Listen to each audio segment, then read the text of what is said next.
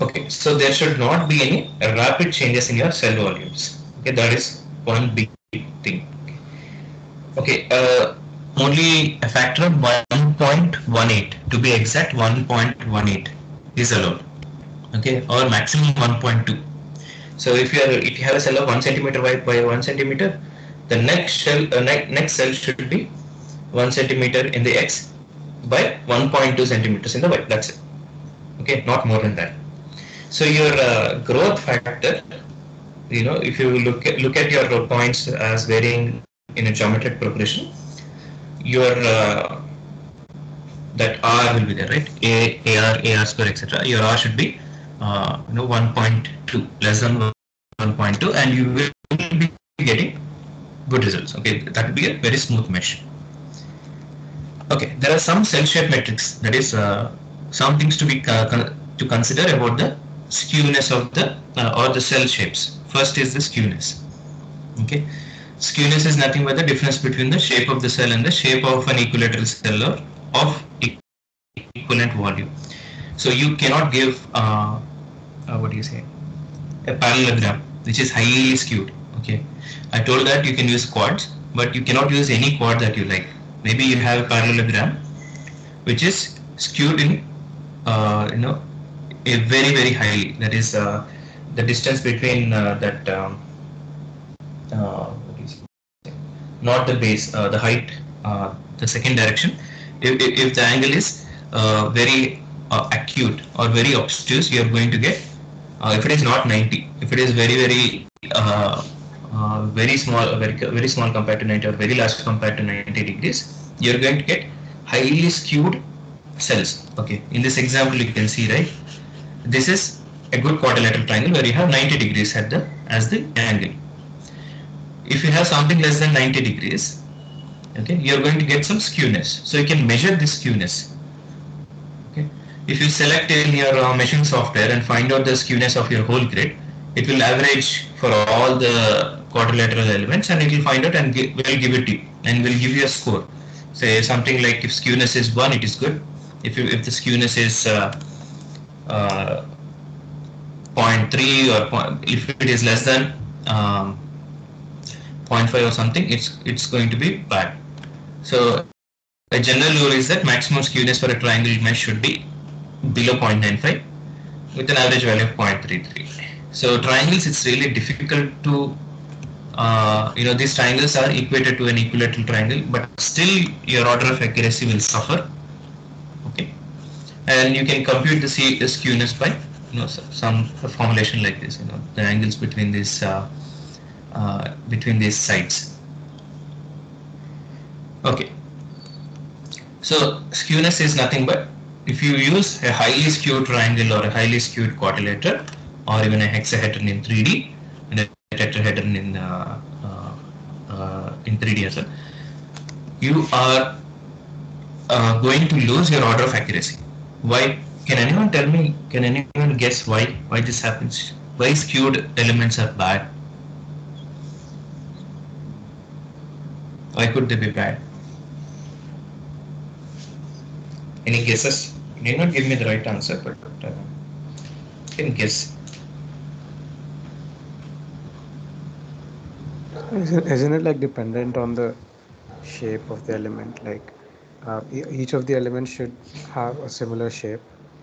So if you're having skewed elements, the shape of the element changes, and then it affects the solution. Yeah, let's say I have only this chord everywhere in my domain. I don't have any. My smoothness is guaranteed. In those cases,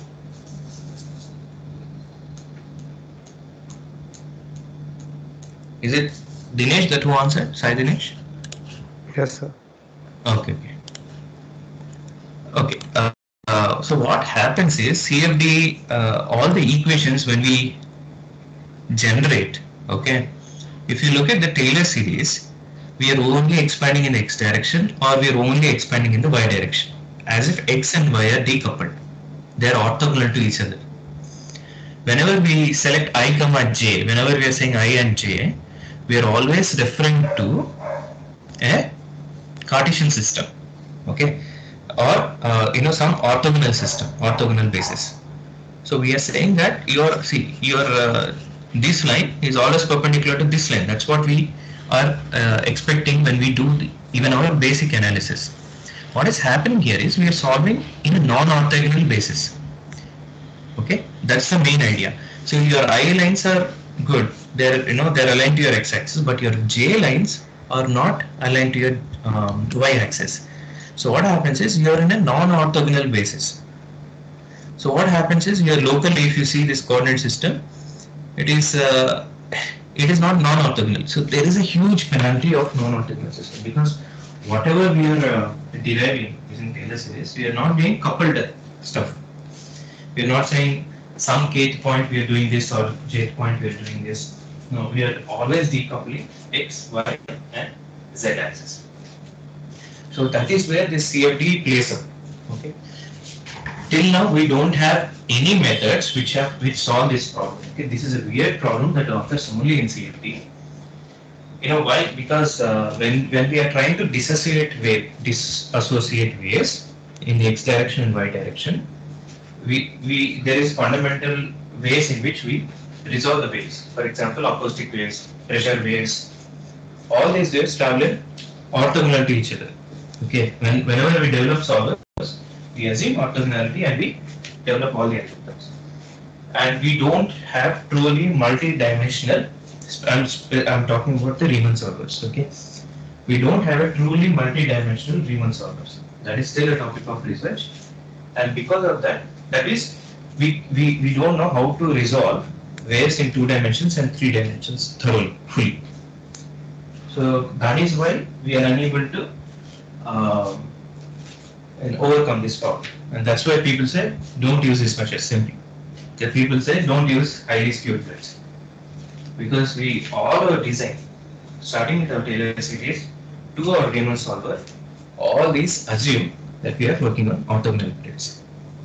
So if you look at this non-orthogonal line, this j-axis, and we try to resolve the waves, what happens is, even if we use the surface normal vector to split the components in local coordinate system, your x and y will be different. Okay, so that's what happens, and there is a penalty, and that penalty is very, very severe. It will affect your convergence. Okay, just remember that we don't have since we are ending up in a non-orthogonal grid, we are paying this penalty at this point. Okay, the second cell metric that we can use is the aspect ratio. That we can look at is aspect ratio. I told you, right? You can have so apart from the angle, the length. You cannot have very high what do you say? Two sides of a triangle very large and the other side is very, very small. Similarly to if you apply the same thing to a quad cell. So they are saying that if it is best to avoid, taken this from Fluent manual. Okay, they said that it is best to avoid aspect ratios in excess of 5:1.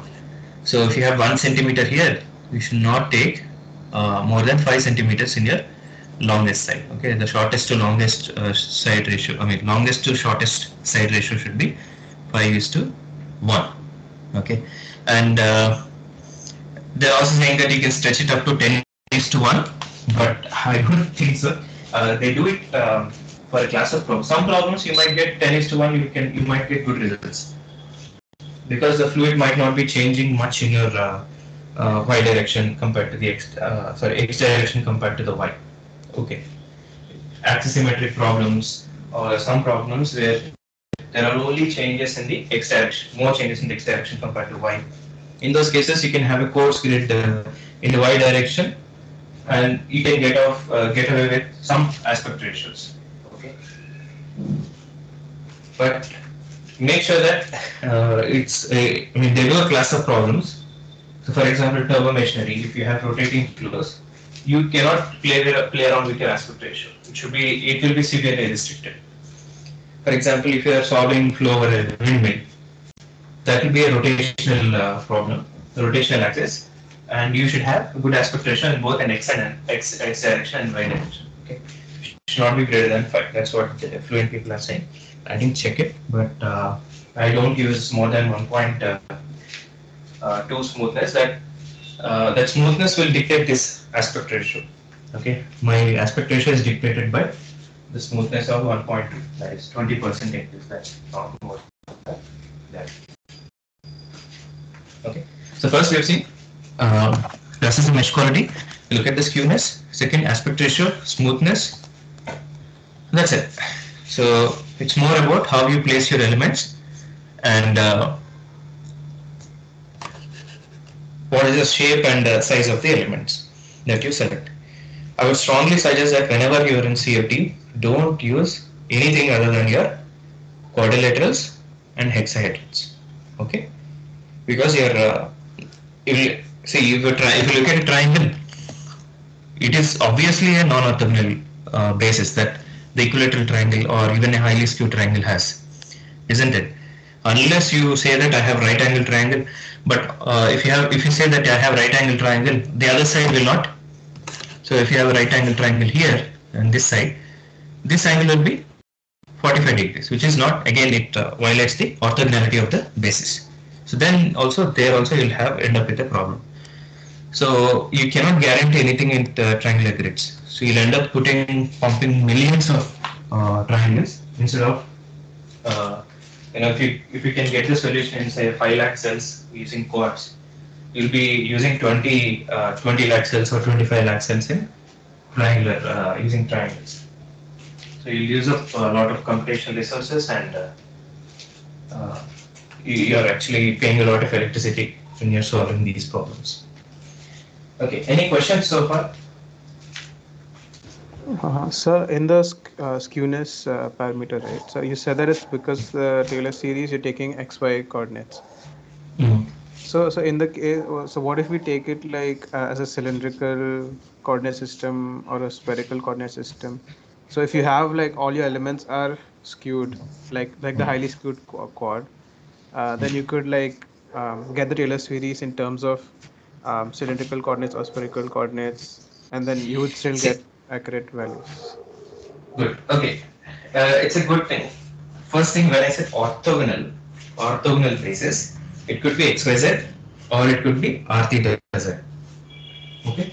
Polar coordinate system and cylindrical coordinate system or spherical coordinate system and even a Cartesian coordinate system XYZ, they are all orthogonal basis. Orthogonal basis simply means your I, j, k unit vectors are perpendicular to each other. Okay. In those cases, you will get good resolution. There is no problem with that. Okay. Yes, sir. Understood. So even if your element is curved, it's okay because your flow is what do you say? Your vectors and because you are solving your governing equations in not x y z. You are solving your governing equations in r theta. There, if you are moving in the r direction and theta direction, they will be perpendicular to each other. Okay. So even if we have resolved, so instead of delta x, you will be simply using delta r and delta theta. Okay, you will get your governing equations will be in r theta coordinate system. If you just write Navier-Stokes in r theta coordinate system, you get different set of governing equations which are pertaining to that orthogonal basis. So you will apply your if you have say cylindrical grid, what is the best governing equations to take? Cartesian or polar? You'll go with polar, correct? Yes, sir. So if when people are solving these rotational grids, right, under the hood they select this r theta coordinate system. They use the Navier-Stokes not in xy but in r theta or cylindrical basis. Okay. So only specialized courses where there's day and night they are solving only rotational problems. Like in the lab that I used to work, we only used for turbomachinery problems. So there we had a class of problems. Some will be rotational, some will be non-rotational. So rotational, we add another component to the governing equation like centrifugal forces, etc. as a source term, and we balance the momentum. There it is fine. So your governing equations themselves will change. When you're talking about, you can solve it in XY using adding some special source terms and balancing the forces. or you can happily take r theta coordinate system and you can solve that. Okay, so when those equations see these circular grids that the first slide that I have shown. Okay, so this one that looks like an orthogonal grid for that equation because it is moving in r theta direction, not xy direction. So that's the thing. So that's why I'm stressing orthogonality, orthogonal basis. So if you look at your eigenvectors and eigenvalue analysis, you know that your eigenvectors are orthogonal to each other, right? If you remember. So that is how we select a basis. Okay, anyways, that's off topic. Okay, is your question clear? Or Yes, sir. Yes, sir. yeah. Any other questions? So at UG level, you simply think that, okay, I need to select and check the grid quality. Okay, Fluent will tell you if you just give Fluent a very highly stretching grid, and will say that it will check this, and it will you can also do a grid check in Fluent itself, and it will tell you, sorry, some of your cells have this thing, please correct it, or else your solutions will be bad. Okay, it will suggest you. Even in the machine software, you'll have advanced diagnostics. Like in ISM CFD, I know you can check the grid quality and it will find out all these parameters, and it will find out which parameter is bad. It will simply give you a line where this area you have high aspect ratio cells. This area you have highly skewed cells. So it will just mention that, and you can simply put more number of cells there and more number of cells here and get the problem away with. So when you are trying to create grids for complex geometry, just check the grid quality. Just a click away. That's it. All these things are just a click away in your softwares. Okay. Okay. The next chapter will be in finite volume methods. Okay. We'll be migrating from finite difference to finite volume. Okay, so both generally your grid is nothing but a set of points. Okay, your grid is nothing but a set of points. And the next question is, where should I put my scalars and vectors, vector quantities? Scalar means simply density, pressure, and temperature. Vector means velocity. Okay, velocity is the only vector that we have here. For example, for even for orthogonal grids and non-orthogonal grids, where should I place my velocity? Where should I place my pressure? That's a big question. So there are three ways that we can think of. First is, say if this is a grid, if these are your nodes, okay, these are your nodes. Maybe at these nodes you can give your pressure, and half node location you can give your velocity. Your velocity can be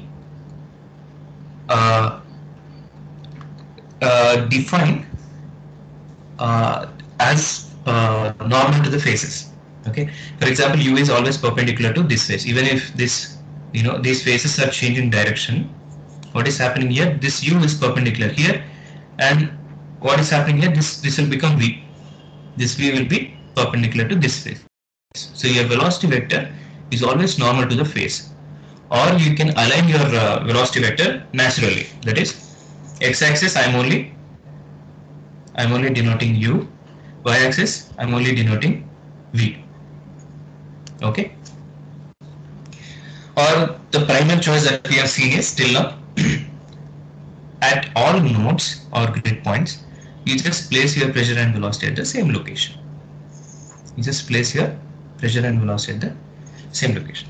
Okay, I think I have to teach you this first. Yeah, okay.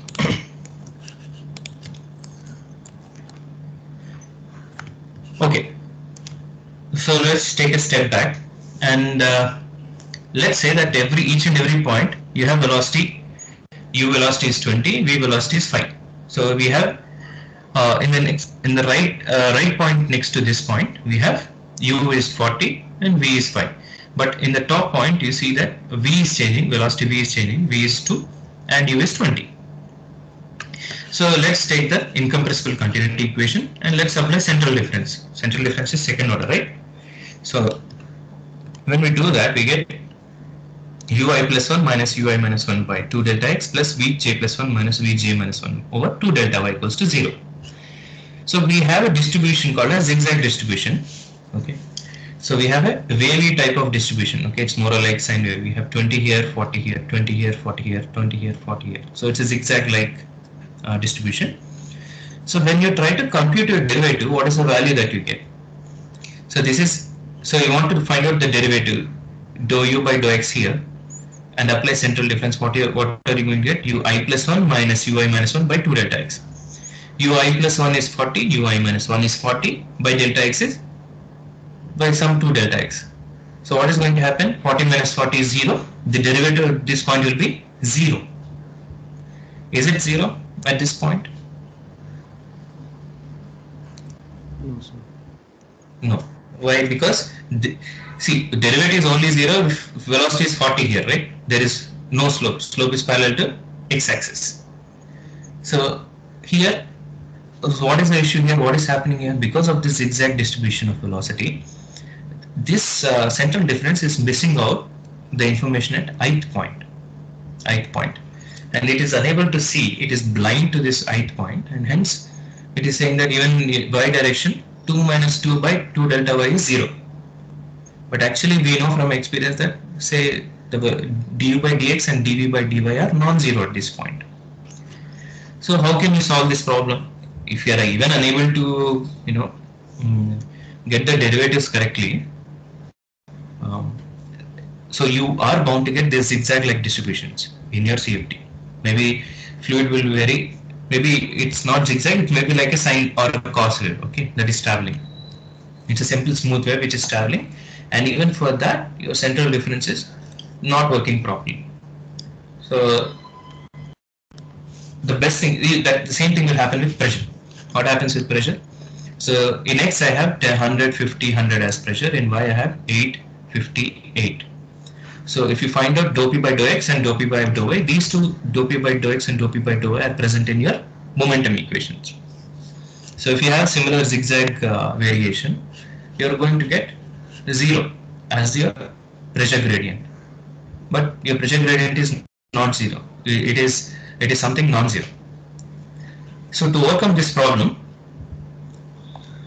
people have said that, okay, fortunately this problem only occurs in incompressible governing equations, because in compressible what you have is you have rho u, rho v. Okay, rho is nothing but p by rt, right? P equals to rho rt is your ideal gas equation. So you can plug in your pressure there, and pressure and velocity are coupled. You have to find out the derivative of rho u, not u. Those cases, since density and density is coupled with all the rest of the scalars, there you will not find any issue. But in compressible governing equations, so you are going to get the central difference will not give you accurate results when you have zigzag variation. So if you are so what happens is, even if you don't have an exact zigzag variation, it will ignore this ith point value. So to overcome this problem, we can stagger the grid. Okay, staggering the grid simply means, say these are my grid points or nodes. Okay, these full dots. Okay, I comma j, I plus 1 comma j, I minus 1 comma j. I can choose to use the midpoints between these points. I can choose to select the midpoints between these points. Okay, for example, I will say that my u is at midpoints between I point and I plus 1 point. My v velocity will be between jth point and j plus 1th point. So that is j plus half, I plus half, I minus half, j minus half. Okay, so that's how j minus half here, yeah, j minus half. But at full nodal locations, let's say we'll store pressure. So what is going to happen here? This velocity difference will contribute to the pressure difference here, or this pressure difference will drive the velocity here. Similarly in the y direction. So what happens now is, if you apply the central difference, what is going to happen? 1, 2, 3 points, right? I, the point next to it is pi plus 1 minus pi by 2 delta x will be your, so I said that this will be delta x. Okay, I think it should be delta x, not delta 2 delta x. Okay, I'll correct it. This should be delta x. So what's happening here is my central difference is nothing but it's between 3 points, right? If this is I plus 1 and this is I minus 1. Okay, let's imagine that way, that this is I point, this is I plus 1 and this is I minus 1. What is going to happen? What's my central difference? Pi plus 1 minus pi minus 1, right? Here pi plus 1, I plus 1 is I plus 1, I minus 1 is I. So what is my central difference now? It has changed from pi plus 1 minus pi minus 1 to pi plus 1 minus pi by delta x. Okay, it's not 2 delta x here, it's delta x. So what will happen here? Let's look at this grid. 100 minus 50 by delta x. In y direction, 8 minus 50 by delta y. So instead of 50 minus 50 by 2 delta y, I'm using a staggered configuration where at mid locations I have created some other points. So what this does is, this staggered configuration, it gives us correct representation for the central difference. Now the central difference has changed because we have double the points in between, and we are storing pressure at grid nodes and at full nodes, and at half nodes we are storing the velocity. So even your continuity equation will become like this. I said, right, ui plus half minus ui minus half by delta x. The distance between these 2 points is delta x. Or Vj plus half minus Vj minus half by delta y, distance between these 2 points. So the advantage of this staggered configuration is that it naturally falls into a pressure and velocity, how the energy balance takes place, right? We know that this pressure change will change this v velocity, this pressure change will result in v velocity. So naturally what happens, you have both the second order accuracy as well as you solve the problem of getting zero derivatives for a zigzag configuration. So even for a zigzag configuration you are going to get correct derivatives. Okay, so when we use a staggered grid, okay, the advantage is, first thing, pressure and velocity are coupled together. Pressure and velocity are coupled together now. We are coupling both pressure and velocity based on our knowledge of physics. We have coupled pressure and velocity here, and we have got a staggered grid configuration. This is a very, very important topic. Please ask me questions if you do not understand.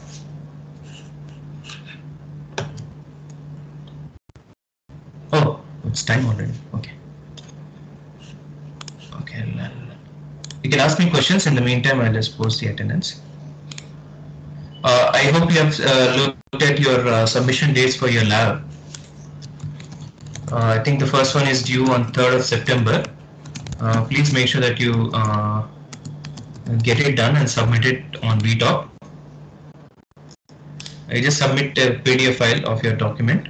Make sure to mention your name and roll number and experiment number.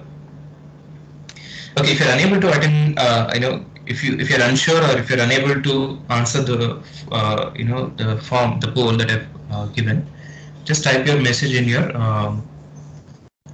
reply chat, or you send me an email within 1 hour of finishing the class. Okay, I'll upload this PPT. Just go through, and if you have any questions, ask me in the next class at least, and you give a read in the textbook.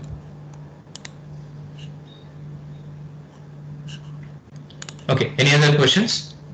First thing, important thing is, I think you have to finish your lab manual and you have to submit it on your VTalk. I have. Did you see the mark configuration that I gave?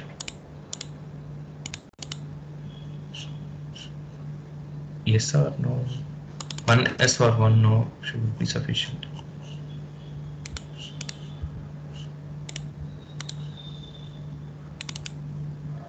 Okay, so this is the.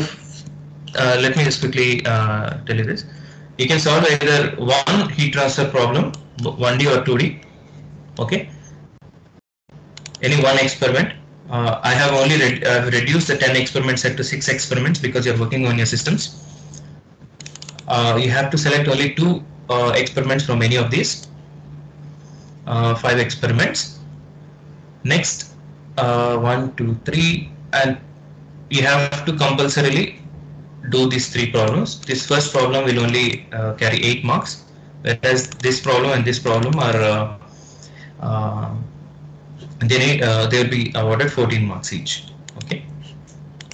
So I'll give you the rubrics as well. Make sure that it is neatly written. The steps are given clearly. I think I already told you, right? The spacing point size should be 12, 1.5 spacing and page margin should be 1 inch or 1.5 inch. Okay, all these things. Make sure that you plug in all the results, etc. If you have any questions, you can